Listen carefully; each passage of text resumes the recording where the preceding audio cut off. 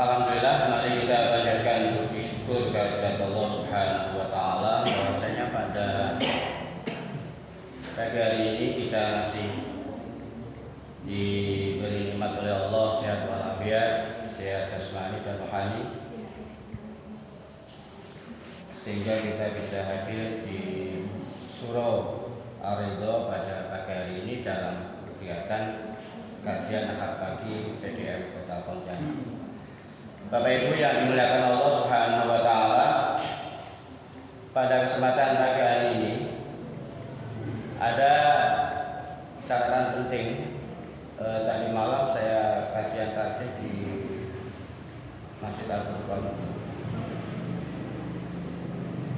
Ada pembahasan yang sampai kepada pembahasan sholat.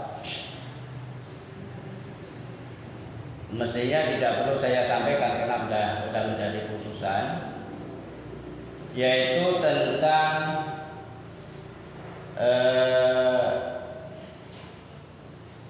cara ruku.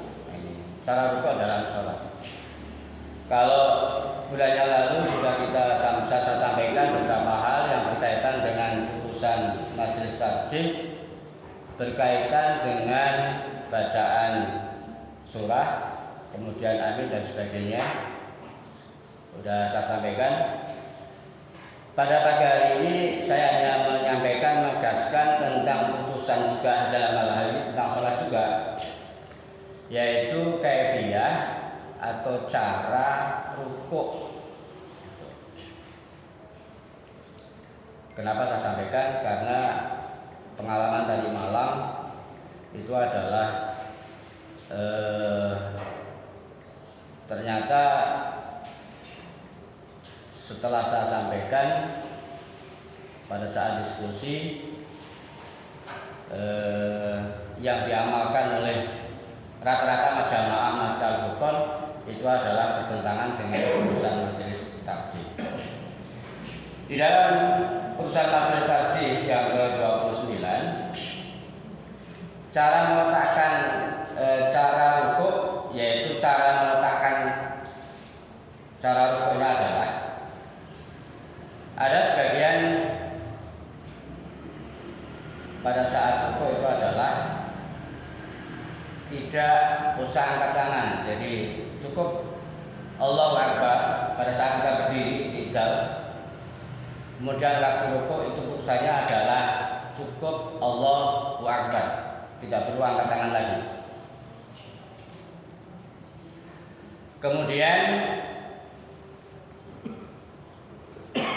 yang kedua, pada saat rukuk dalam putusan tarjih, cara meletakkan kedua lutut itu adalah cara rukuknya adalah meletakkan kedua lutut terlebih dahulu, kemudian baru meletakkan kedua tangan.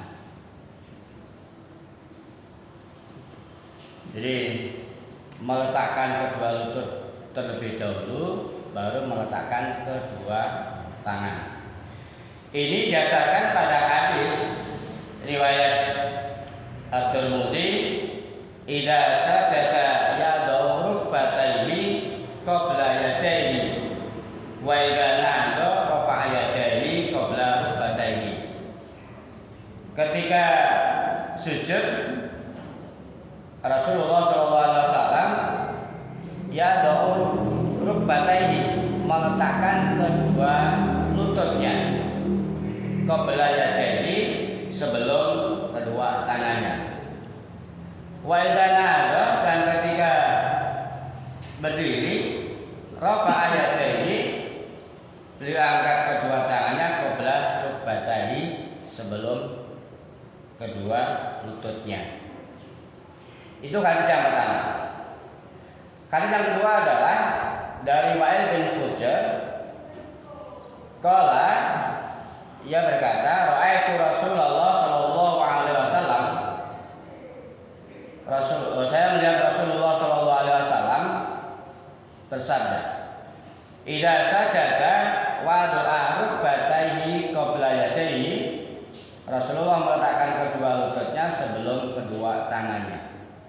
Wa idza nada rafa'a yadayhi qabla rukbatayhi. Dan ketika bangkit berdiri, beliau angkat kedua tangannya sebelum kedua lututnya.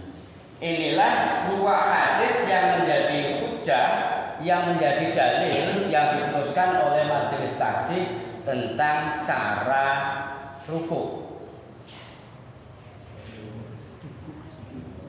Jadi meletakkan kedua lutut baru meletakkan kedua tangan. Kemudian kalau meletakkan tangan terlebih dahulu, majelis takjih juga menyampaikan hadisnya. Ada dua hadis yang disampaikan oleh majelis takjih. Yang pertama adalah qala Rasulullah sallallahu alaihi wasallam, "Idza sajada ahadukum fala yabruk kama yabrukul ba'ir wal yadhu yadayhi qabla rukbatayhi." Dan hendaklah kalian apabila salah seorang di antara kamu sujud, maka jangan mendelum sebagaimana mendelumnya unta. Wal yadhu, dan hendaklah meletakkan yadaihi kedua tangannya qabla rukbatayhi sebelum kedua lututnya. Ini hadis yang pertama. Hadis yang kedua, qala Rasulullah sallallahu alaihi wasallam, "Idza sajada ahadukum fala yabruk kama yabrukul ba'ir wal yadhu yadaihi tsumma rukbatayhi." Dan hendaklah meletakkan kedua tangannya kemudian kedua lututnya. Hadis riwayat Ahmad. Hadis yang pertama adalah riwayat Abu Dawud. Berdasarkan hadis ini, itu seolah-olah yang mana dulu atau dua-duanya bisa diamalkan. Ternyata jamaah yang dimuliakan Allah, hadis yang menjelaskan tentang sujud rukuk, mau dari rukuk ke sujud, meletakkan kedua tangannya terlebih dahulu, dalam putusan majelis takjih hadisnya adalah dhaif. Jadi meletakkan kedua tangan terlebih dahulu dalam putusan majelis takjih hadisnya adalah dhaif. Itu.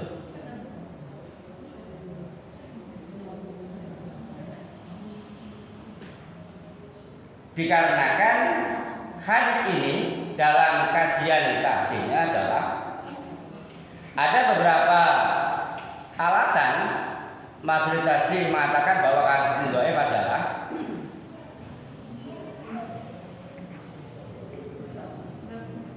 di antaranya adalah berdasarkan dari Ibnu Qayyim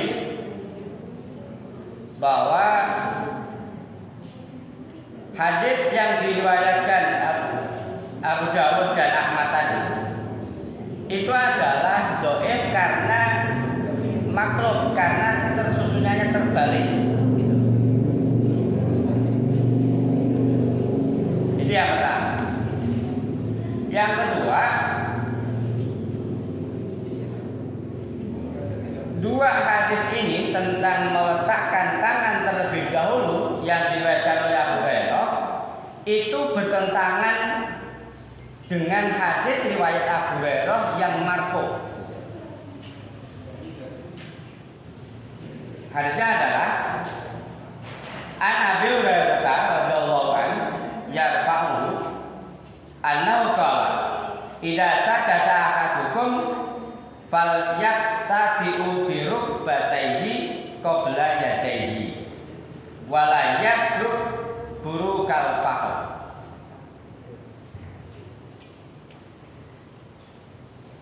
Nabi Muhammad SAW bersabda, idza sajada ahadukum, apabila kalian sujud, falyaqtadi'u, maka mulailah biruk bataihi dengan kedua lutut, qabla yadaihi sebelum kedua tangan, walanya burukal fakir, dan jangan mendorong seperti mendorongnya unta. Jadi hadis Abu Hurairah sendiri dalam analisa majelis kajian majelis tadi adalah bertentangan dengan hadis Abu Hurairah sendiri. Jadi dua hadis Abu Hurairah tentang meletakkan kedua tangan itu bertentangan dengan hadis yang marfu dari Abu Hurairah sendiri. Maka majelis tadi memutuskan bahwa ketika sujud itu adalah meletakkan kedua lutut terlebih dahulu, baru meletakkan kedua tangan. Ini kenapa ini saya sampaikan? Saya sampaikan kembali karena pengalaman kajian tadi malam itu adalah mengamalkan yang meletakkan kedua tangan. Jadi semua katakanlah hampir semua jamaah termasuk Pak Yamin sendiri saya sampaikan. Beliau datang tidak ada. Termasuk beliau sendiri adalah mengamalkan yang meletakkan tangan terlebih dahulu. Kalau dipikir alasannya apa? Alasannya adalah berdasarkan kajian sebelumnya. Berdasarkan kajian sebelumnya, kajian-kajian yang sudah diamalkan terlebih dahulu, itu memilih meletakkan tangan terlebih dahulu.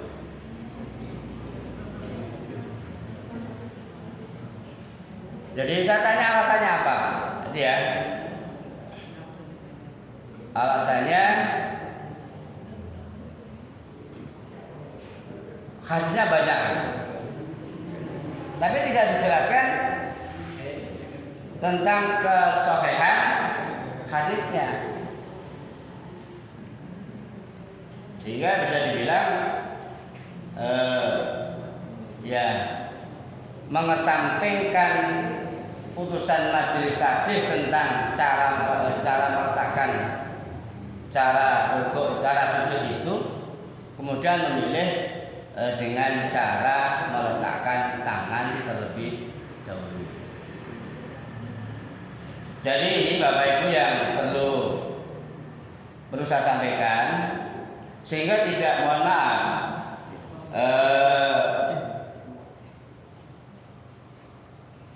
jangan sampai ada di amal usaha Muhammadiyah, bahkan atau kiai-kiai Muhammadiyah atau ustaz-ustaz Muhammadiyah menerangkan yang menjelaskan kemudian itu bertentangan dengan putusan majelis tarjih. Artinya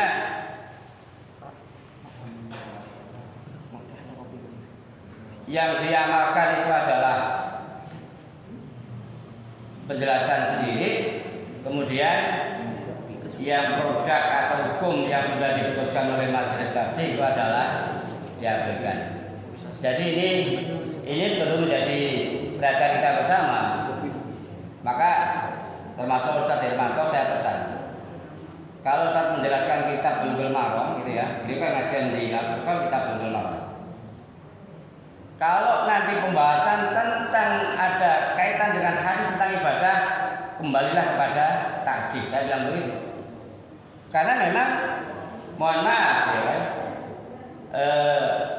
kalau nanti ini kan kajian, silakan kajian, tapi kalau diamalkan menjadi sebuah putusan itu akan menyalahi apa ya?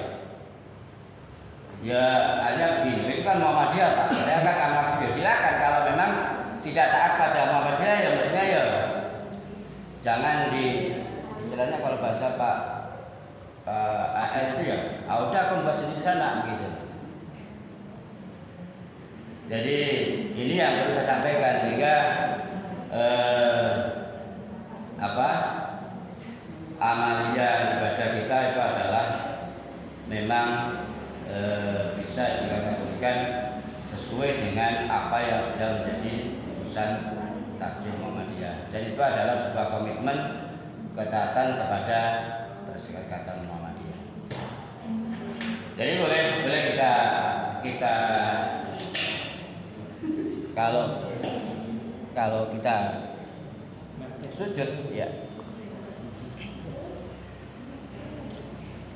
dan mohon maaf Pak, berdasarkan pengakuan salah satu jamaah, kalau sujud menggunakan tangan terlebih dahulu itu ada beban dua, yaitu pertama beban di kaki, kedua beban di tulang belakang.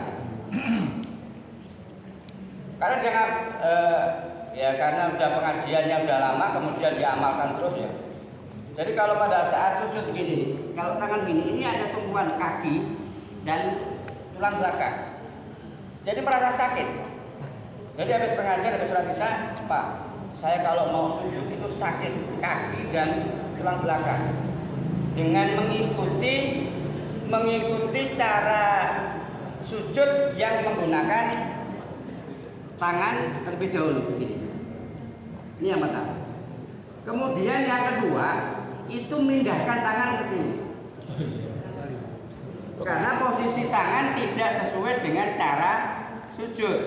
Cara sujud itu adalah tangan berada di sejajar dengan bahu.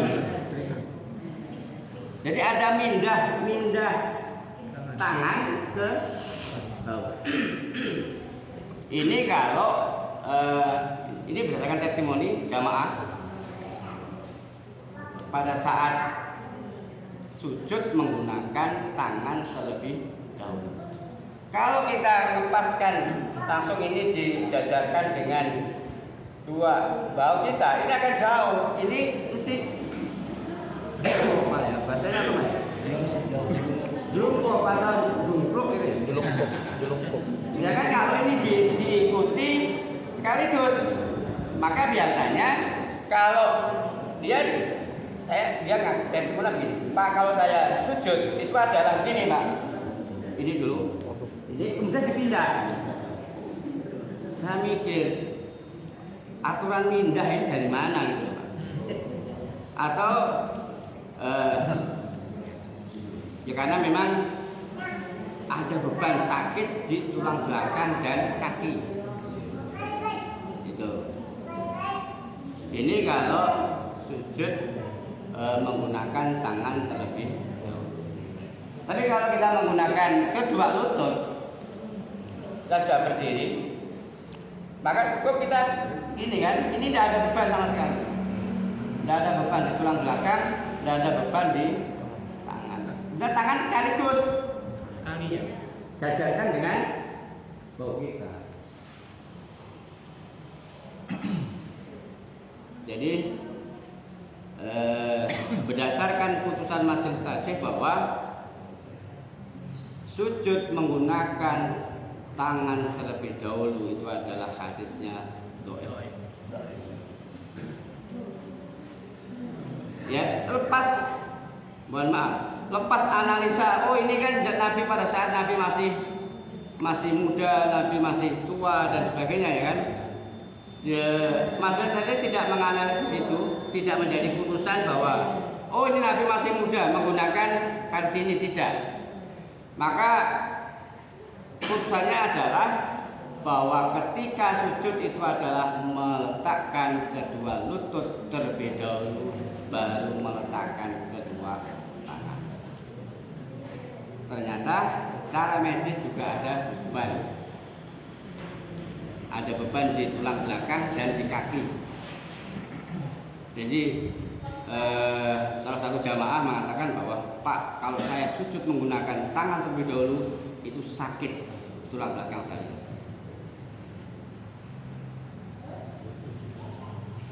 Dan ya kalau beliau meletakkan tangan dulu Pak. Enggak. Kalau meletakkan tangan begini, ini Pak. Nah, ini kan tangan dulu nih. Ini kan ada beban di sini. Beban nahan. Ada beban nahan.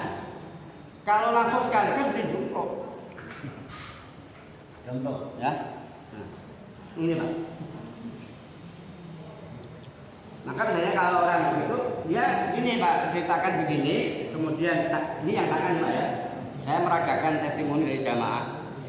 Kalau dia tangan dulu, ini dia tangan di sini. Ini yang kanan. Kemudian baru lutut, kemudian dipindah. Nih. Tapi kalau Bapak Ibu, kalau berdasarkan putusan majelis tarjih yang meletakkan kaki dulu, ini tangan sekaligus kita letakkan posisi yang pas di antara dua bahu sejajar dengan bahu kita. Kalau yang tangan itu faktor uzur ya Pak. Iya, saya bisa katakan. Faktor uzur itu ada apa? Ruksaknya. Kalau faktor uzur malah lebih berat. Kalau usia tua kemudian tangan lebih dulu malah lebih berat nahan tulang belakang Pak. Dan begini, majelis tarjih tidak menganalisis faktor usia pada saat Nabi menjadi sebuah putusan. Yang dikaji oleh majelis tarjih adalah putusannya bahwa hadis yang menjelaskan tentang Nabi sujud meletakkan tangan terlebih dahulu itu adalah hadisnya dhaif. Jadi satu putusan. Tidak ada putusan alternatif ini pada saat Nabi usia muda atau pada saat Nabi usia tua. Tidak ada alternatif, tidak ada putusan seperti itu. Jadi jamaah yang dimuliakan Allah bahwa ketika kita sujud itu adalah meletakkan kedua lutut terlebih dahulu, baru meletakkan kedua tangan. Ini putusannya. Sebelum kita lanjutkan, mungkin ada ya.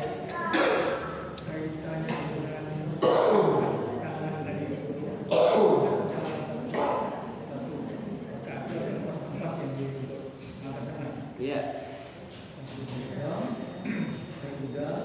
Dan kemudian itu waktu mau sujud bukan. terus yang terakhir waktu kita mau rakaat yang berikutnya, rakaat ketiga ada 4 wa idza arada ayyar ka'aba yang ada itu. Jadi ada satu takbiratul, kalau kita ada takbir 4 di dalam sholat yang disertai dengan mengangkat kedua tangan adalah satu takbiratul ihram. Kemudian yang kedua adalah wa idza ayyada rakaat arda ayyar ka'ah. Yang kedua adalah ketika mau ruku yang ada. Mau sujud tidak ada. Kemudian bangkit dari rakaat yang kedua, kemudian i'tidal 4. Jadi kalau mau sujud itu tidak ada takbir yang mengangkat kedua tangan. Itu Pak. Ya, Pak. Bangkit dari rukuk i'tidal ada. Sami Allah liman hamidah kan? I'tidal. Tapi yang mau sujud itu tidak ada angkat tangan. Bercara bangkit dari sujud Pak. Bangkit dari sujud. Ya. Tidak ada cara bangkit dari sujud ke Rapat ketiga. Ya, berarti ini kan dan materi berikutnya. Rapat kedua. Rapat kedua. Kalau berarti kan materi berikutnya kan. Jadi tentang rukuk, Bapak Ibu, tentang cara rukuk, cara sujud, sudah clear. Kita sepakat kembali kepada konsep putusan tarjih bahwa sujud adalah meletakkan kedua lutut terlebih dahulu. Tanpa ada pilihan, umur saya sudah tua, tidak ada pilihan seperti itu putusannya. Kok kaku bener mau tarjih? kalau kondisi sakit Pak, bisa. Ya kalau sakit baring aja boleh Pak. Kalau sakit kan baring aja boleh, sehingga enggak. Duduk boleh. Ya duduk boleh. Kita usap. Yang mulia yang sakit tuh, nyaman kan itu kan. Yang mulia kan, sakit boleh. Tidak usah sujud kan. Jadi Bapak Ibu, bahwa putusan saksi adalah milik kita bersama, sosial persyarikatan. Mari kita komitmen, kita amalkan bersama kita. Pak, insya Allah hasil putusan saksi yakinlah 100% saya mengatakan itu benar lah. Kalaupun ijtihadnya itu adalah ijtihad yang benar. Ijtihadnya adalah bukan ijtihad fardiyah, bukan keterangan satu kiai ya kan, tapi ini adalah jama'i. Gitu. Bapak Ibu, Ibu masih ada yang kalau perlu dilanjutkan tentang sujud ya boleh kita lanjutkan. Oh, satu lagi. Ini tutup Ibu.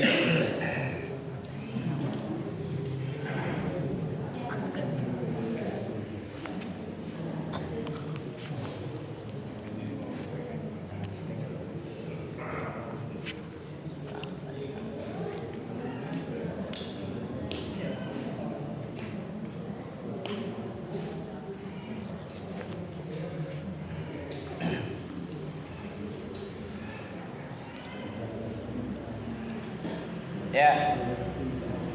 Dan yang agak sedikit Ibu-ibu,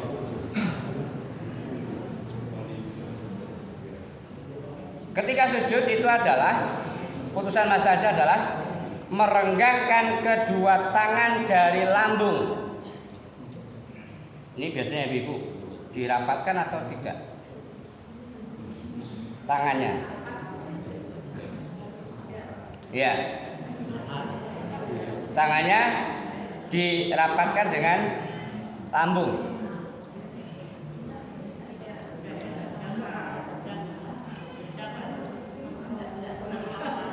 Jadi cara yang diputuskan oleh majelis tadi adalah merenggangkan kedua tangan dari lambung. Kemudian mengangkat kedua siku, telapak tangan diletakkan sejajar dengan bahu serta merapatkan jari-jari tangan.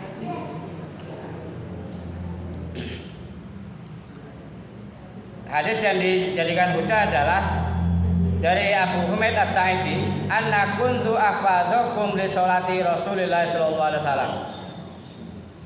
Saya lebih menjaga, saya lebih cermat, saya lebih hafid gitu ya, di antara kamu tentang li sholati Rasulillah sallallahu alaihi wasallam, tentang sholat Rasulullah sallallahu alaihi wasallam. Ra'aitu, saya melihat Nabi idza kabbara ja'ala yadayhi hida'a mankibahi. Ketika takbir, beliau angkat kedua tangannya sejajar dengan bahunya. Wa idza raka'a amkana yadayhi, ketika rukuk, beliau tekankan kedua tangannya min rukbatahi, dari kedua lututnya. Summa hasara doro, kemudian meluruskan punggungnya. Fa idza rafa'a rasahu, ketika mengangkat atau itidal, istawa hatta yauda kullu faqarin, sehingga tulang-tulang itu kembali kepada sendinya. Fa idza sajada, maka ketika sujud wadu'a yadai, beliau meletakkan kedua tangannya ghairu muhtarisin, tanpa alas, wala qabidihima, dan tidak menggenggamkan kedua tangannya. Wastaqbala bi atrafi asabihi rijlaihi, dan beliau hadapkan jari-jarinya al-qiblata, ke arah kiblat. Fa idza jalasa fi rak'ataini, dan ketika duduk dia pada rakaat yang kedua, jalasa ala rijlil yusra, duduk di atas kaki kiri, wa nasabal yumna, dan mendirikan kaki yang kanan. Wa idza jalasa fi rak'atil akhirah, ketika duduk tahiyat akhir, qaddama rijlal yusra, beliau masukkan kaki yang kiri, wa nasabal ukhra, dan mendirikan yang lain. Waqa adalah maq'adi, dan duduk di atas tempat duduk, artinya di tempat sholat itu. Jadi hadis ini itu menjadi dasar yang oleh majelis tarjih bahwa ketika sujud itu adalah wala qabidihima, tidak menggenggamkan wastaqbal wa atrofi asabi'il jalil yusra. Jadi jari-jarinya dihadapkan ke arah kiblat. Kemudian yang kedua artinya adalah ketika Rasulullah sujud itu tidak didekatkan dengan lambungnya, dua tangannya.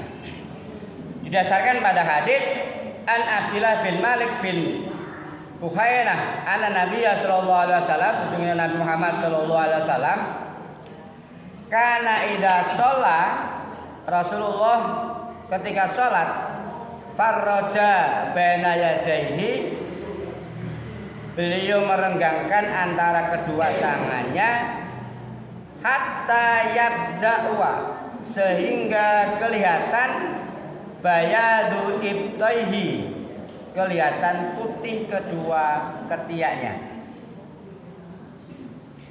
Ini hadisnya. Hadis yang lain adalah dari Alais anna Rasulullah sallallahu alaihi wasallam kana idza sajada, Rasulullah ketika sujud faroja yadaihi, merenggangkan kedua tangannya an ibtaihi, dari ketiaknya, hatta inni la ara bayadu ibtaihi, sehingga aku melihat putih ketiak Rasulullah sallallahu alaihi wasallam.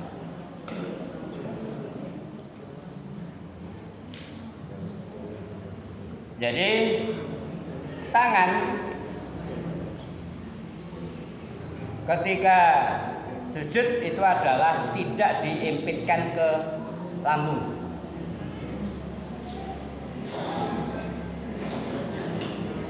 Ini hadis ini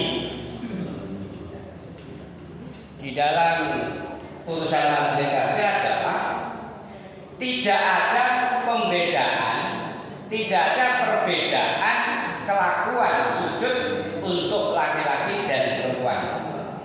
Jadi hadis ini itu sama, berlaku untuk laki-laki dan untuk perempuan. Maka kalau sujud tidak diimpitkan. Jadi kalau ibu sujud sama bu laki-laki, sama dengan laki-laki. Tidak, ya. Jadi tetap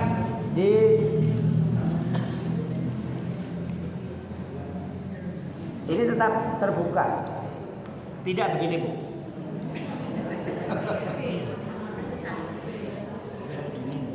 Ya, Panas ya. ini harus dibuka. Lengan ini dibuka dari lambung. Ya.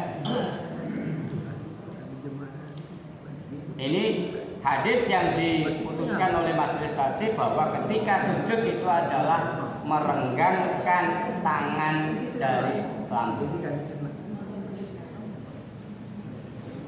Ini bagi guru Aika kan supaya nanti memberikan pencerahan kepada siswanya yang perempuan.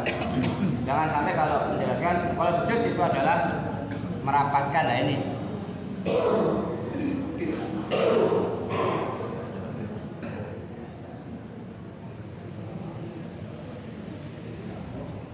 Posisi tangan. Posisi tangan tidak di dekat ini ya. Tetap Bu, sejajar dengan bahu ketika kita takbir. Jadi perempuan laki-laki putusannya adalah sama, tidak ada perbedaan. Hadis ini berlaku untuk laki-laki dan perempuan, tidak hanya berlaku untuk laki-laki. Karena tidak ada hadis menurut putusan majelis tajwid yang mengatur tentang cara sujud perempuan, tidak ada. Baik di tajwid APT yang pertama yang sebelum ditambah putusan dengan putusan yang muktamar yang ke-29 sama, tidak ada aturan sujud untuk perempuan dengan merapatkan tangan ke lambungnya, tidak ada. Harusnya sama dan berlaku untuk laki-laki dan perempuan. Itu. Ini dari Ibu ada yang didiskusikan? Jadi kalau tangannya tetap ya sama, tetap begini, tidak begini. Jajar bahu Pak ya. Iya, sejajar dengan bahu. Lihat kerja. Yuk, Bu, silakan.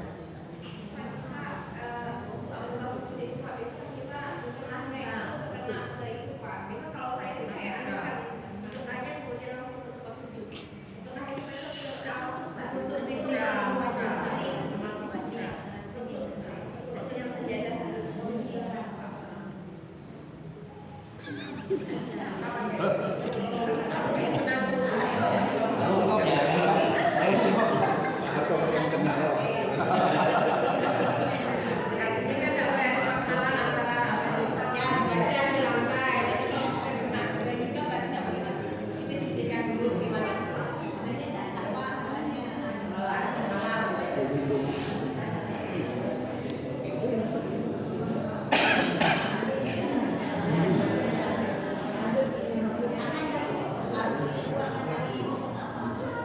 Harus dikeluarkan dari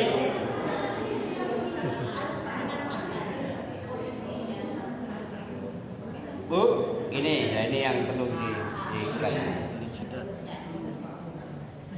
Masalah ketutupan atau tidak, terhalang atau tidak, yang penting posisi tangan kita kan, tidak harus keluar dari mukena. Itu kan malah tujuannya adalah untuk menutupi aurat kita kan. Kok harus keluar dari mukena, dan itu adalah tidak diatur bahwa oh kalau sujud harus keluar dari mukena, tidak. Yang penting adalah posisi tangan, meletakkan tangan sejajar dengan bahunya. Kemudian kalau nah ini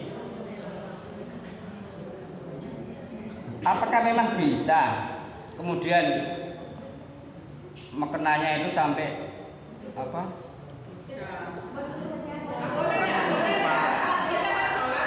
Nampak itu, nampak itu benar. Tak boleh.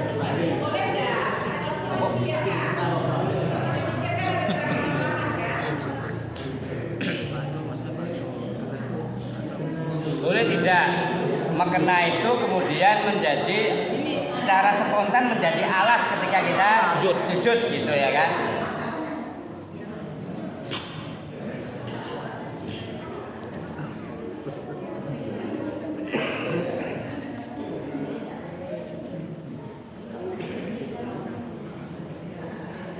Ya, ini khusus untuk ibu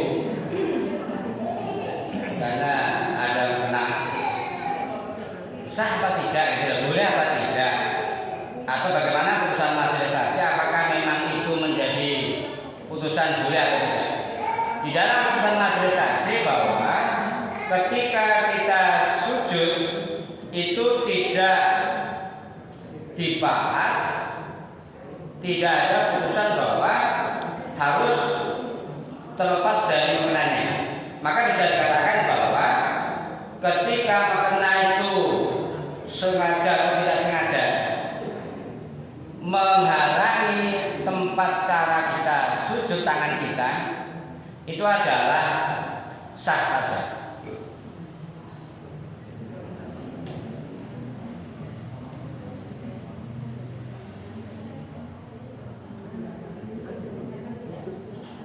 Ya,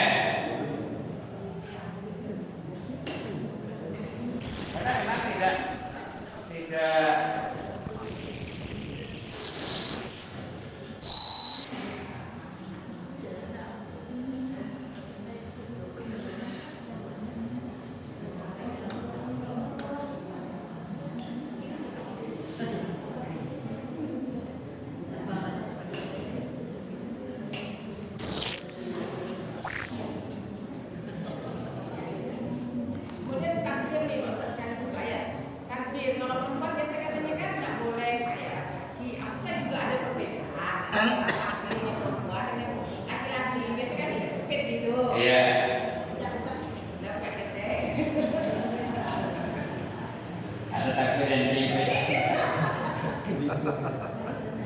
Jadi begini, di dalam putusan majelis tarjih itu tidak ada tata cara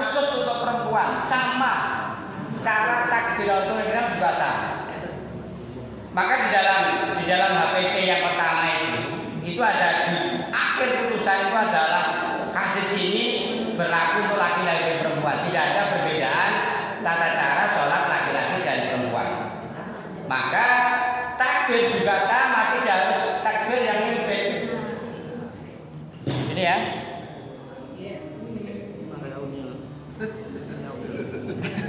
Apa? Kayak sunyil. Jadi tetap Bu, jadi tidak harus mengempet itu Bu ya, tetap sama. Cara takbirnya adalah sama antara laki-laki dan perempuan. Tidak ada perbedaan.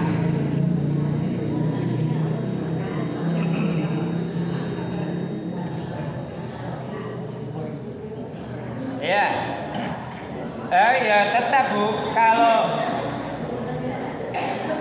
tangannya tetap di dalam kena. Ya kan kalau pakai yang apa? Kan beda ya. Ada dua Cat, versi. ada pakaian untuk sholat kan macam-macam. Ada yang model rukuh dulu zaman dulu, yang pakai diikat tangan sini. Itu memang di luar ya kan. Tapi yang perkembangan teknologi, perkembangan mode, perkembangan fashion kan akhirnya bisa kan? Akhirnya di dalam. Kalau di dalam apakah harus dikeluarkan dari itu? Tidak.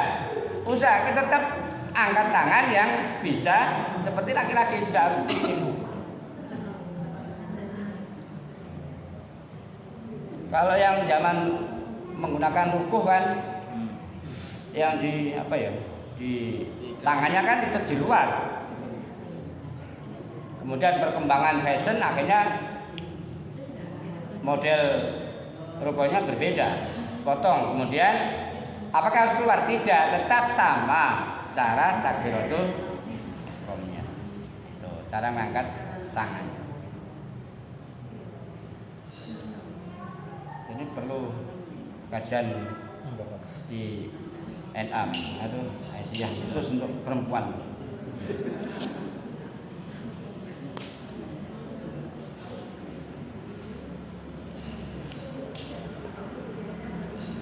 Ya, itu beberapa hal yang berkaitan dengan rukuk, sujud. Kemudian, Bapak Ibu yang dimuliakan Allah, tentang posisi tumit, apakah harus dirapatkan tumitnya atau tidak? Ya. Pada saat sujud, dalam putusan majelis taklim tidak ada putusan. Maka dalam putusannya adalah posisi tumit ketika sujud bisa dilaksanakan sesuai dengan kenyamanan, dengan diregangkan atau dirapatkan. Tidak ada putusan harus rapat tumit, tidak ada, atau diregangkan, tidak ada.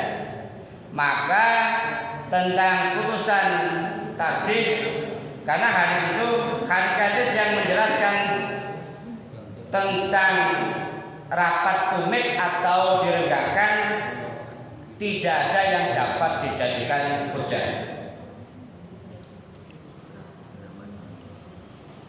Maka tidak menjadi putusan.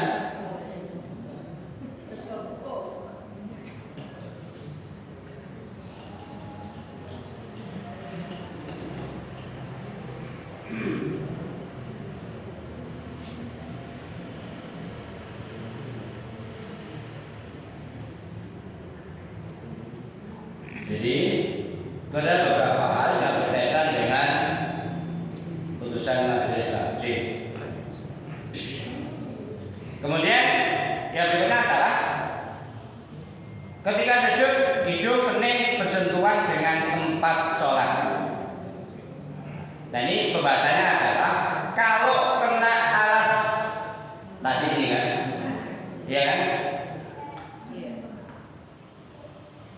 Apakah telekung itu atau mekena itu tidak menyentuh tempat sholat? Kalau memang tidak menyentuh tempat sholat, nah itu yang dasar. Tidak nyentuh kan? Kalau nyentuh misalkan dia di awang-awang di atas, nah itu dasar. Tapi kalau telekungnya itu nempel di tempat sholat ya sah itu. Tapi kalau telekungnya itu di atas tempat sholat, itu tidak sah.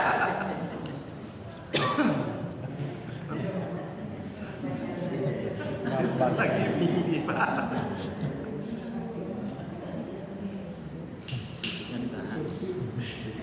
Kemudian hendaklah sujud dengan 7 anggota tubuh, yaitu hidung, kepala, ya kedua lutut, kedua tangan, lutut, kedua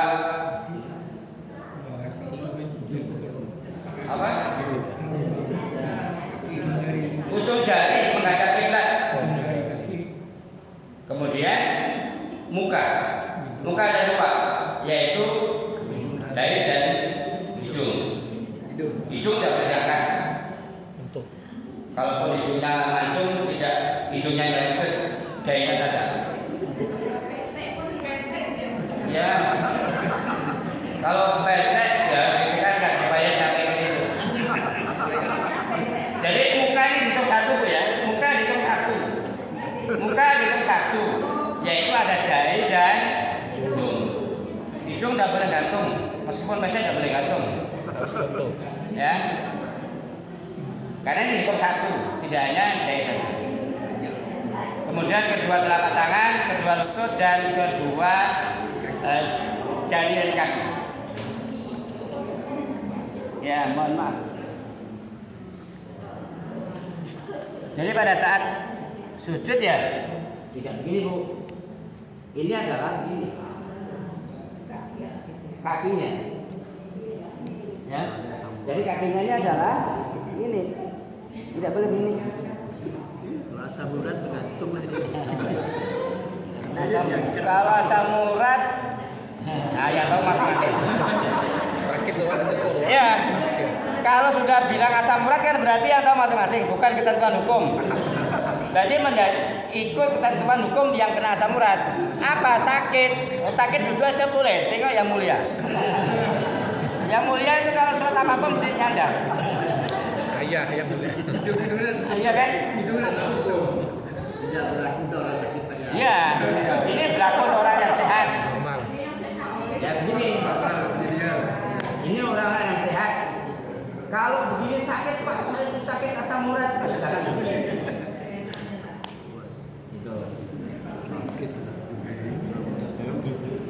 Jadi berlaku bagi mereka yang memang tidak ada sakit asam urat yang serius.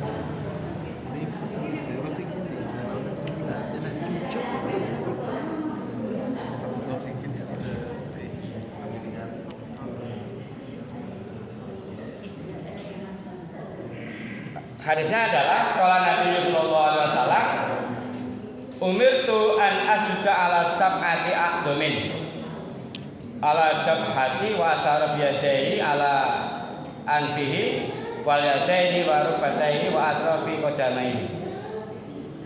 Nabi Muhammad SAW bersabda, umirtu, saya diperintahkan an asjuda ala sab'ati aqdamin, untuk sujud dengan 7 anggota atau tulang kita. Ala jabhati yaitu muka, wa asyara biyadaihi ala anfihi, dan beliau memberi syarat termasuk hidungnya juga. Wal yadaini kedua tangan, baru baca kedua lutut, wa atrafi qadamaini, dan ujung dari kaki kita yaitu jari-jari kita menghadap kiblat tadi.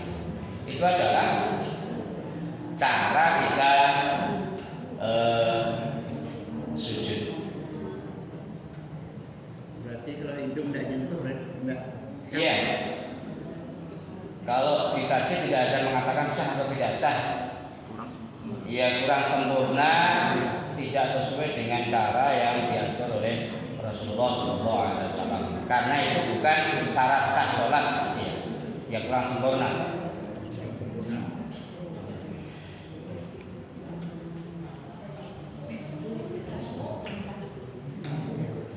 Jadi Bapak Ibu, demikian perlu saya sampaikan, ini adalah karena kejadian tadi malam. Jadi yang putusan tarjih tidak diamalkan, malah mengamalkan yang tidak diputuskan ini. Ini yang Ya, alasannya adalah kajian fikih sebelumnya, pengajian sebelumnya. Demikian Bapak Ibu, yang mudah-mudahan ini informasi tentang urusan takdir bahwa perlu kita memang memahami sehingga ibadah kita itu adalah insya Allah yakin kalau kita mengamalkan tata cara yang diputuskan oleh majelis takdir, insya Allah adalah istiadat kita adalah istiadat jamaah, insya Allah mendekati. Demikian Bapak Ibu, kurang